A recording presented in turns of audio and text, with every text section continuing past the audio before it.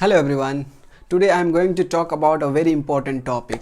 आज का टॉपिक रहेगा कि हम इंग्लिश स्पोकन में क्यों पीछे रह जाते हैं, हमारी क्या कमियां रह जाती जिसकी वजह से हम इंग्लिश सही से बोल नहीं पाते। हालांकि हम बहुत ज़्यादा मेहनत करते हैं, बहुत ज़्यादा मेहनत करने के बाद भी हमारी कहाँ कमी रह जाती है, उन कमियों के बारे में आज हम बात करने जा रहे हैं।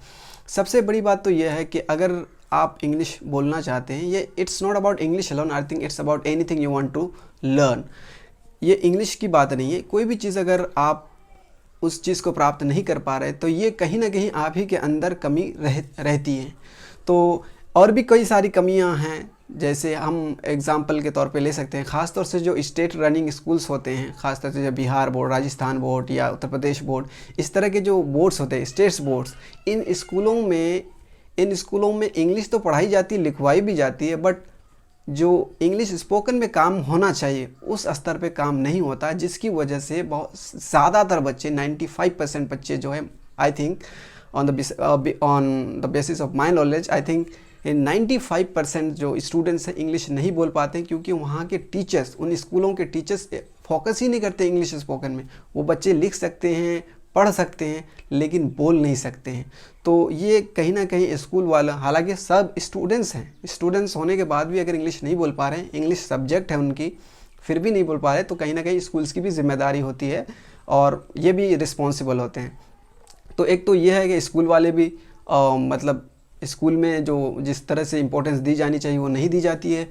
और दूसरा कि बच्चों को जो पैशन होना चाहिए, बच्चों का जो पैशन होना चाहिए, अगर बोलना चाहते तो वो सचमुच सही अप्रोच से मतलब सीखना चाहिए। अगर कोई चीज़ प्राप्त करना चाहे तो उसका जो अप्रोच होना चाहिए वो प्रॉपर अप्रोच से अगर आप कोई चीज़ सीखेंगे तो आई am quite sure that you will definitely learn very soon. तो इस तरह की अगर सीखेंगे तो आई एम मतलब बहुत जल्दी सीख सकते हैं। और दूसरी चीज़ जो है, इंग्लिश सीखने से पहले आप खुद से पूछिए आप सीखना क्यों चाहते हैं, आपका मोटिव क्या है। तो कई तरह के मोटिव हो सकते हैं। कई लोग जॉब के लिए सीखते हैं, कई लोगों का पैशन होता है, कई लोग इसलिए सीखते हैं कि और लोग सीखते हैं, और कई लोग इसलिए सीखते हैं कि भाई अगर आप इंग्लिश अच्छा बोलते तो you are consider to be smart enough. I think it's true somewhat, but English सीखने से पहले आपका पैशन बनाइए कि भाई इंग्लिश सीखना है तो सीखना है, अगर नहीं सीखना है तो फिर मत सीखिए। तो पहली बात तो आपको कमिटमेंट खुद से करना होगा और सही अप्रोच से। और इंग्लिश सीखने की शुरुआत करने से पहले आपको ये सीखना है कि इसके लिए बेसिक चीज़ें क्या क्या होती हैं, क्या क्या हमें रिक्वायरमेंट है। सही इंसान की तलाश करिए, और जिसको बेहतर पता है, जिसको बेहतर अंग्रेज़ी मालूम है या अंग्रेज़ी के ताल्लुक से बेहतर जानकारी, उनसे अप्रोच करिए। एंड अप्रोच करने के बाद उनसे ये कम से कम पता कर लीजिए क्या क्या चीज़ें ज़रूरी हैं। तो first today I am going to be discussing about all those points what all those things are necessary to be able to speak English, or what are the necessary elements to make your English level better. सबसे पहली बात जो है, English बहुत आसान language है, ये आपको पहली बात एक्सेप्ट करना पड़ेगा। ये सिर्फ मुंह से मानना नहीं पड़ेगा, ये सॉरी ज़बान से एक्सेप्ट कर लिया कि भाई हाँ ये आसान है, बिल्कुल तन मन धन से लगा, बिल्कुल मेंटली एक्सेप्ट कर लीजिए भाई ये आसान है। और as compare to other languages of the world, it is absolutely I can say that it is very easiest languages of the world. जैसे आपको मैं बता देता हूँ कि क्या क्या चीज़ें ज़रूरी है इंग्लिश स्पीकिंग के लिए। पहली चीज़ तो ये है कि भाई आप बेसिक जान लीजिए। बेसिक में क्या आता है, इज़ एम आर की पहचान होनी चाहिए। इज़ एम आर होता क्या है, और इज़ एम आर का मतलब कि भाई आपको ग्रामर की नॉलेज होनी चाहिए, यही ग्रामर है। इज़ एम आर यानी ग्रामर ही बताती है भाई इज़ कहाँ लगेगा, आर कहाँ लगेगा, वाज कहाँ लगेगा। तो ये बेसिक ग्रामर है। यानी इज़ एम आर का यूज़ वाज वर का, has, have, had, can, may, might, should, ये सब बेसिक चीज़ें अगर आ गई तो दूसरी चीज़ जो है, और सिर्फ आना नहीं है, सिर्फ समझना नहीं है, समझना बड़ी बात नहीं होगी स्पोकन के लिए, इसके साथ ही आपको प्रैक्टिस करनी पड़ेगी। The more you practice the more you will to able to express your self.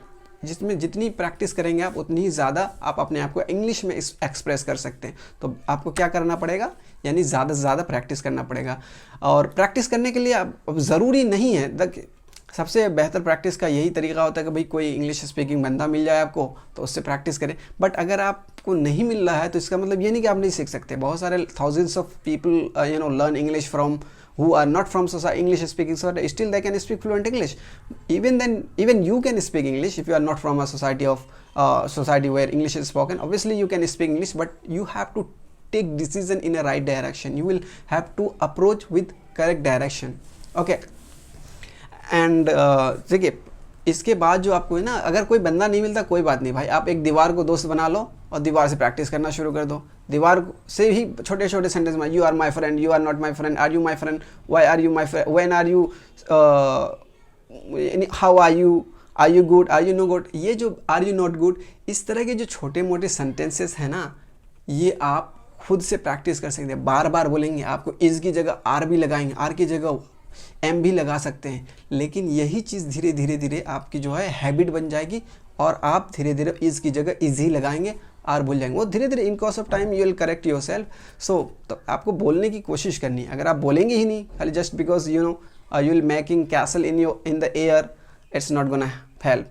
हवाई मतलब ख्याली पुलाव पकाने से तो काम नहीं ना चलेगा, आपको राइट अप्रोच से चीज़ों को सीखना पड़ेगा। और इस तरह प्रैक्टिस करने के लिए आप किसी को भी दोस्त बना लें। एक निर्जीव वस्तु को मान लीजिए, एक सजीव कोई इंसान, कोई बच्चा मिल गया, कोई आपके फैमिली मेम्बर मिल गए, उससे प्रैक्टिस करिए। प्रैक्टिस के लिए ज़रूरी नहीं कि इंग्लिश स्पीकिंग बंदा ही मिले, आपको बोलना है। वो चीज़ जो आप सोच रहे हैं वो चीज़ ज़बान से बाहर निकालिए, मुंह से बाहर निकालिए, वो चीज़ ऑटोमेटिकली आपकी जो है दिमाग में फीड हो जाएगा और धीरे धीरे बोलने लगेंगे। और भी बहुत सारी चीज़ें हैं प्रैक्टिस करने के, इंग्लिश मूवीज़ देख सकते हैं। और सबसे बड़ी बात है कि आप रीड करते रहिए। जितनी रीड करेंगे ना, उससे ये होता है कि आपको ये पता चल जाएगा सेंटेंसेस फॉर्म कैसे होते हैं, सेंटेंसेस बनते कैसे, ये जानकारी आपको यानी रीडिंग के माध्यम से मिल जाएगा। चाहे इंग्लिश न्यूज़पेपर पढ़िए, नॉवेल्स पढ़िए, बुक पढ़िए, या फिर यू नो इंग्लिश मूवीज़ देखिए। इस तरह की चीज़ों को देखेंगे तो आपको बहुत सारे वोकैब्स याद हो जाएंगे और साथ ही में आपको सेंटेंस फॉर्मेशन भी मालूम हो जाएगा। इंग्लिश सीखने का यही है तरीका कि बेसिक ग्रामर आ गया, बेसिक ग्रामर आने के बाद आप सिर्फ पढ़ते रहिए, बोलते रहिए, कोशिश करते रहिए, धीरे धीरे आप बोलने लगेंगे। तो इन सारी कमियों में जो चीज़, ये सारी चीज़ अगर आप नहीं कर रहे तो ये सारी चीज़ करनी पड़ेगी। और दूसरी चीज़ क्या हम बता रहे हैं कि इज़ एम आर, हम तो ग्रामर में यानी हम बात कर रहे थे कि क्या क्या चीज़ें ज़रूरी हैं इंग्लिश स्पीकिंग के लिए, यानी basic grammar, is am are, was were, has have, had, could, can, may, might, should, ये सब हो गया।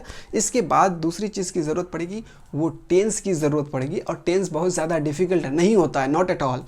टेंस आसान होता है, आपको समझने की ज़रूरत है। अब एक दिन में आप भाई टेंस 3 होते हैं, 3 के 4 हिस्से होते हैं, अब चारों हिस्से एक ही दिन में पढ़ लेंगे तो आप ऑब्वियसली भूल जाएंगे। एक ह्यूमन ब्रेन है, अब कोई ये तो है नहीं भाई हार्ड डिस्क है, कोई चीज़ फीड कर दिया और रह गया, ऐसा तो है नहीं। तो ह्यूमन ब्रेन है और ह्यूमन ही भूलते हैं। तो ये चीज़ है, आपको करना क्या है कि धीरे धीरे 2 टेंस ही याद कर ले और उस टेंस को घुमाते रहिए, डेली लाइफ में यूज़ करिए। करते करते करते वो चीज़ दिमाग में फीड हो जाएगी। फीड होने के बाद वो चीज़ हटने वाली नहीं है, वो ऐसे याद हो जाएगा जैसे आपको ABCD याद है। तो ठीक है, यानी बेसिक ग्रामर में क्या क्या आया वो हमने बता दिया। और टेंस के बाद जो आपको है पेसिव आना चाहिए। पेसिव जो है ना बहुत इम्पोर्टेंट होता है क्योंकि पेसिव से हम पता चलता है कि सेंटेंस बनते कैसे असल में। कई बार आपको लगता है कि यार कहीं तो एक्टिव में बताया जाता है कि भाई कहीं तातेती होगा तो इज़ एम आर नहीं लगेगा, फिर वहीं दूसरी तरफ लग रहा है इज़ एम आर, तो ये कैसे, तो इज़ एम आर लगता है तो पेसिव वॉइस लगता है। जैसे कि वह नहीं जाता है, ही डज़ नॉट गो, उसे नहीं बुलाया जाता है, ही इज़ नॉट कॉल्ड। देखिए तातेती दोनों में है, लेकिन कहीं इज़ लग रहा है, कहीं डज़ लग रहा है। तो ये कन्फ्यूज़न जो है दूर होगा आपको पेसिव के माध्यम से और एक्टिव के माध्यम से। एक्टिव अगर पढ़ लीजिएगा सही से और पेसिव वॉइस, ये पहले बेसिक ग्रामर और उसके बाद टेंस की नॉलेज और साथ में पैसिव, ये चीज़ आ गई। और उसके बाद जो थोड़ी चीज़ आपको याद करनी पड़ेगी या दिमाग में रखना पड़ेगा वो है कि फ्रेजल वर्ब्स को भी आपको याद करना पड़ेगा, क्योंकि फ्रेजल वर्ब्स में जो ना लिटरल मीनिंग होता नहीं। जैसे गिव का मतलब देना होता है, और गिव में अगर अप लगा देंगे तो गिव अप का मतलब छोड़ देना हो जाता है। अब इसी तरह जैसा कि डू मिस करना और डू के साथ अवे लगा देंगे, डू अवे मीन्स समाप्त करना, तो आप कंफ्यूज हो जाएंगे कि डू का मतलब करना है, यहाँ डू अवे का मतलब तो दूर भी होता है। तो डू अवे मीन्स समाप्त करना। तो इसको जो ना एक्चुअल मीनिंग आपको फ्रेजल वर्ब का भी पता होना चाहिए, then only you will understand properly. तो ये सारी चीज़ें फ्रेजल वर्ब के साथ आपको जो थोड़ा बहुत प्रेपोजिशन का ज्ञान होना चाहिए कि फिक्स्ड प्रेपोजिशन होते हैं। फिक्स्ड प्रेपोजिशन का मतलब जिस वर्ब के साथ टू हमेशा जुड़ा रहता है या प्रेपोजिशन जुड़ा रहता है, जैसे कि टॉक टू, लुक फॉर, ये सारे प्रपोजिशन ऐसे हैं जो हमेशा जुड़े रहते हैं, ये अलग नहीं हो सकते।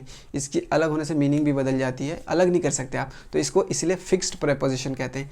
यानी ये 3-4 चीज़ें अगर आप ठीक कर लेते, I am quite sure you will be able to speak English fluently. You don't need to have a friend from America or any other English speaking country. You can speak English sitting at your home, but the only thing you have to do, you have to follow what I have given you the tips and यानी कि basic grammar, is, am, are, was, were, can, may, might, ये सब। उसके बाद साथ ही में क्या कि टेंस का नॉलेज होना चाहिए।